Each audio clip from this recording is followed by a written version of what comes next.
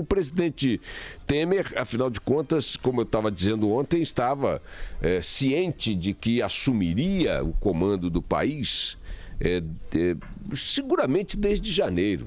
Né? Desde as manifestações maiores, especialmente, não tinha mais erro. E desde setembro do ano passado, quando ele deu aquela primeira declaração, não sei nem se foi a primeira, de que a presidente Dilma não governaria 3 anos com popularidade baixa, ele sabia que estava com o pé dentro da canoa do Planalto.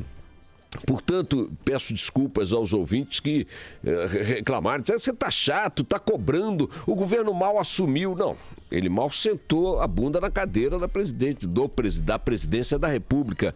Mas não é fato que ele tenha assumido no sentido político da coisa agora, na quinta-feira passada. Quer dizer, na minha cabeça, e me perdoem se parecer que está equivocado, é o seguinte, algumas coisas que estão para ser anunciadas hoje, amanhã, depois e tal, poderiam estar já desenhadas, sim senhor, sobre a mesa do presidente Michel Temer, para serem anunciadas imediatamente. Eu não digo, claro, que ações que dependam de saber de números, por exemplo, está sendo elaborado aí a revisão do déficit fiscal do governo, é natural que alguns cadáveres surjam de dentro das gavetas da gestão Dilma. Está se falando que esse déficit vai aumentar consideravelmente, vai passar de 100 bilhões, etc. e tal. Eu entendo que algumas coisas que não estavam ao alcance da equipe de montagem do governo tenham mesmo que esperar. Algumas ações executivas também, né, devam esperar, num certo sentido. Mas eu insisto, uma parte significativa do governo Temer é composta por ministros que atuaram no governo Dilma e Lula, portanto são ministros recentes que têm uma boa visão da máquina que o presidente vai administrar. Né? O presidente do Banco Central, a era Lula, 8 anos de era Lula, o Henrique Meirelles, é agora ministro da Fazenda, muitas coisas ele já conhece e tal. Me surpreendeu um pouco que ainda estejam engatinhando na composição, por exemplo, dos cargos nos principais bancos, BNDES, Banco Central, Banco do Brasil, presidência da Petrobras. Ora, quer dizer que não estavam com essas coisas sendo consideradas antes e tal? Ou será que as questões de natureza política estão sendo mais uma vez determinantes para a composição de cargos normalmente entendidos como técnicos? Não é o que se viu no caso da Maria Silvia Bastos Marques, é considerada uma executiva muito bem sucedida, de um currículo inquestionável, já presidiu a CSN, dobrou o faturamento da CSN em sua gestão, chegou a ser considerada uma das 12 executivas mais poderosas do mundo pela revista Time. Então, nesse caso, este nome técnico, que não está, pelo seu peso técnico, sujeito ao jogo político, é o que se depreende, ora, não estava na cabeça, na consideração deles. Notem, eu não estou querendo que eles enfiem o pé no acelerador por ser amante da velocidade. O que eu estou, num certo sentido, cobrando é a coerência entre o próprio discurso que se colocou de que o governo teria que chegar chegando. O governo teria que chegar anunciando algumas medidas, tomando algumas ações, algumas iniciativas. Ontem os ouvintes, não sem razão, me disseram, não, calma aí, ainda tem um prazo mínimo. Qual é esse prazo mínimo? Algumas pessoas estão dizendo que são 3 meses, outras estão dizendo que menos que isso. As manchetes de economia do fim de semana enfatizavam a reação de banqueiros, de empresários, dizendo que este entusiasmo que caracteriza o início de qualquer governo, no caso do Temer, como creio até de outros, tem prazo de validade e o taxímetro está correndo. Não sou eu que estou pedindo pressa. Aliás, estou um pouco me lixando para o ritmo em que eles vão andar. Estou só analisando o seguinte, dando ao minueto o ritmo determinado pelo blá blá blá político, aí é que a vaca vai para o brejo mesmo, inapelavelmente. Ontem o Delcídio do Amaral, falando de um outro assunto, deu uma entrevista que passou um pouco da meia-noite, ou chegou perto da meia-noite, o seu encerramento, para o Roda Viva da TV Cultura, conduzido pelo meu querido amigo Augusto Nunes. Um abraço para o senador, como ele é conhecido pelos amigos, senador de Taquaritinga, cidade onde ele nasceu, aqui no interior de São Paulo. Então, Augusto Nunes, em mais uma edição do Roda Viva, uma entrevista com o senador Delcídio do Amaral. Para quem dormiu mais cedo, não acompanhou, os jornais de hoje não estão repercutindo porque foi muito tarde o encerramento, o Delcídio basicamente reafirmou as suas informações na delação premiada que assinou com a Lava Jato.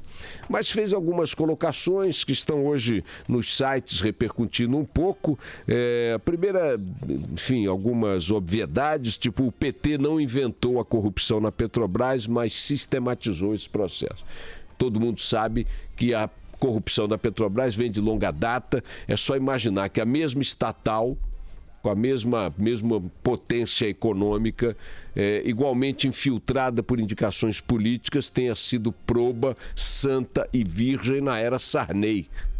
Ou que não tenha funcionado o esquema político para desviar dinheiro da Petrobras, até mesmo no bom e sério governo Itamar Franco, ou na era Collor. Imaginem se a era Collor e Petrobras e políticos indicando gente lá para dentro, era para quê? Para produzir petróleo, para achar gasolina no sei lá onde. Imaginem se não teve roubalheira na Petrobras na era do Fernando Henrique Cardoso, 8 anos. Claro que houve, eu gosto de repetir aqui, desculpem se parece basófia, eu ganhei lá um prêmio ESSO com companheiros meus do estado de São Paulo, com uma reportagem, uma série de reportagens sobre corrupção na Petrobras. Estávamos no governo Sarney ou no governo Collor, nem me lembro, já tem muito tempo. Rouba-se na Petrobras sempre se roubou. O que o Delcídio está dizendo é uma verdade, acrescentando outra, de que na era PT se sistematizou a pilhagem dentro da estatal. Ele também falou que esse processo foi crescendo no período Lula, disse que o Lula sabia de tudo, reafirmou que o Lula sabia de tudo que acontecia dentro da Petrobras, chegou a usar uma expressão: a Petrobras é do presidente, era do presidente, responsabilizou Dilma, mas é importante chamar a atenção que o Delcídio sempre atuou na área de energia, é senador, ex-senador, agora cassado, foi líder do governo e tudo mais, mas ele atuou muito na área de energia, ele foi da Petrobras, inclusive, conhece muito essa área. Ele disse que a Dilma tem responsabilidade direta, objetiva, na compra da refinaria superfaturada, criminosa, da refinaria de Pasadena, que é aquele negócio dela dizer que o relatório era falho, o relatório que a diretoria da Petrobras apresentou para ela na condição de presidente do conselho para endossar a compra, que aquilo é conversa fiada, para boi dormir, que ela fugiu à sua responsabilidade. Reafirmou a tentativa de se comprar, de se acionar um esquema dentro do STJ para liberar os empresários presos na Lava Jato. Disse detalhes da conversa dele com o atual ministro do STJ, Marcelo Navarro, contra quem foi aberta, aliás, foi pedido uma abertura de investigação ontem, né? A Procuradoria-Geral da República, exatamente para ver a atuação desse ministro nas operações combinadas para libertar empreiteiros presos na Lava Jato. Finalmente, falou dos senadores Romero Jucá, agora ministro, Edson Lobão e Renan Calheiros, presidente do Senado, chamando a atenção para o fato de que estes também são expoentes do PMDB envolvidos em desvios nas estatais.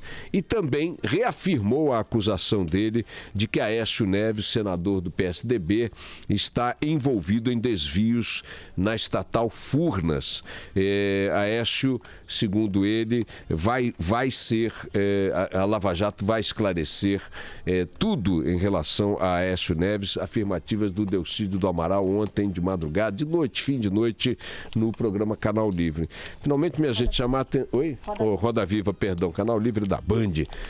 Finalmente, minha gente, chamar atenção aí para esse rombo anunciado na Eletrobras. A Eletrobras não conseguiu assinar, ou que a empresa de auditoria PLKC auditasse o seu balanço a tempo, e o balanço de 2014, hein, minha gente? 2014, da Eletrobras não está auditado e o governo ontem soltou a bomba de que a Eletrobras deve apresentar um rombo que vai impactar o déficit fiscal entre 15 e 40 bilhões de reais. Olha o tamanho da bandalheira na Eletrobras, brutal, assunto que pode repercutir muito hoje, porque a empresa não conseguindo auditar formalmente o seu balanço até hoje, a data parece que é hoje, fica proibida de negociar ações na Bolsa de Nova York e passa, em consequência, a ter que resgatar títulos emitidos para resgate futuro, terá que fazê-lo agora, se as coisas funcionarem com o vento contrário. Essa é nova abacaxi,